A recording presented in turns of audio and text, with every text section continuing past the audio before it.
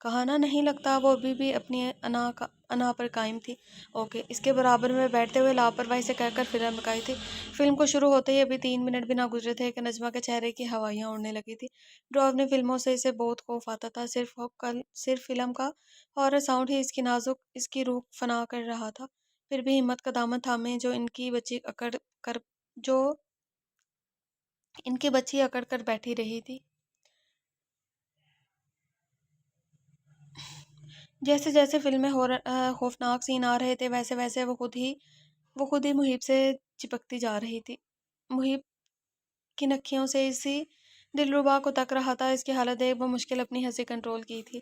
اور آپ لوگ ایسے مجھے ڈرائے نا، یہ مطلب ویسے مجھے ڈر نہیں لگتا کیونکہ اب میں گھر اکیلی ہوں، ماما ہے نہیں، ماما اسکول ہیں، بابا جاب پہ ہے، تو میں اکیلی کروں، مجھے بھی مطلب اکیلے گھر میں تو ڈیفینیٹلی سب کو ڈر لگتا ہے۔ تو خیر، پھر سین اچانک ایک دم پر جیسے ٹھسکا گیا۔ کھڑکی کے اندر کیمرہ جاتا جا رہا تھا۔ کھڑکی پر مکڑی کے جال نظر آ رہے تھے، اندر صرف اندھیرا ہی اندھیرا دکھائی دے رہا تھا۔ ساتھ ساتھ خوفناک ساؤنڈ بھی بج رہا تھا کہ اچانک ایک سفید کپڑوں میں ملبوس چڑیل جس کا چہرہ بالوں میں ڈھکا ہوا تھا سامنے آئی۔ تو وہ سامنے کیا آئی، نجمہ کا دل اچھل کر منہ میں آیا۔ وہ خوف سے چیختی ہوئی اچھل کر محیب کے سینے سے لگی، اپنے دونوں ہاتھوں سے اس کے مضبوط سراپے کو تھام لیا۔ یہ پہلی بار تھا جب وہ حسین دلربا خود سے سینے سے آ لگی تھی۔ لگا جیسے سانس رکی۔ 2-3 لمحوں کے لیے وہ منجمد رہا تھا، اس کی گرم سانسیں اور لرزتا ہوا وجود وہ محسوس کر رہا تھا۔ کچھ لمحوں بعد جب حواس بحال ہوئے تو موقع سے بھرپور فائدہ اٹھاتے ہوئے محیب نے اس کے حسین نازک سراپے کو مضبوطی سے اپنے حصار میں جکڑ لیا تھا۔ پلیز بند کرو، محیب کو اس کی بھاری آواز سے محسوس ہوا وہ رو رہی ہے۔ بند کر دیا، ڈرو مت، میں ہوں تمہارے ساتھ۔ وہ اس کی کمر کو نرمی سے سہلاتے ہوئے مطمئن اور پورا اعتماد لہجے میں گویا ہوا تھا۔ سوری۔ اس کا کشادہ اور نرم سینہ سکون بخش رہا تھا۔ وہ اس کی نزدیکی مقابل کو چاہے وہ لڑکی منہ سے کبھی قبول نہ کرے، مگر وہ دل کے کسی کونے میں یہ مان رہی تھی کہ بہت پرسکون اور محفوظ محسوس کر رہی تھی۔ اس کے حصار میں تھوڑی دیر بعد مجھے واش روم جانا ہے، وہ نہایت شرمندگی سے اس خوبرو نوجوان کو بتانے لگی تھی۔ جاؤ، کس نے روکا ہے؟ وہ لاپرواہی سے کہہ کر بیڈ پر لیٹنے لگا تھا۔ تم باہر کھڑے ہو جاؤ، مجھے اکیلے جانے میں بہت ڈر لگ رہا ہے۔ وہ بیچار کی شرم سے پانی پانی ہو رہی تھی محیب سے یہ کہتے وقت، مگر اس کے علاوہ کوئی دوسرا آپشن بھی تو نہ تھا۔ یہ سنتے ہی محیب بے اختیار ہنس دیا۔ اس کے سفید موتیوں جیسے چمکدار دانت ہنستے ہوئے تھوڑا ظاہر ہو رہے تھے۔ دنیا میں نہ جانے کتنے لوگوں کو ہنستے دیکھا ہوگا، مگر اس جیسے خوبصورت ہنسی کسی کی نہ تھی۔ وہ تو بلا کا حسین لگ رہا تھا، ہنستے وقت لگا ہی نہیں وہ سنگ دل محیب اجلال ملک ہے۔ وہ تو کوئی 17 سالہ حسین لڑکا معلوم ہوا تھا مقابل کو۔ وہ بے ساختہ اس کے حسین کھلتے گلاب سے چہرے کو تک رہی تھی۔ پھر دیکھ رہی ہو؟ خود کو اسے گھورتا دیکھ وہ تیزی سے ٹوکنے لگا تھا جس پر وہ حواسوں میں لٹی تھی۔ مذاق اڑانا بند کرو میرا، یہ سب تمہاری وجہ سے ہو رہا ہے، وہ سارا الزام مقابل پر برہمی سے ڈالتے ہوئے بولی تھی۔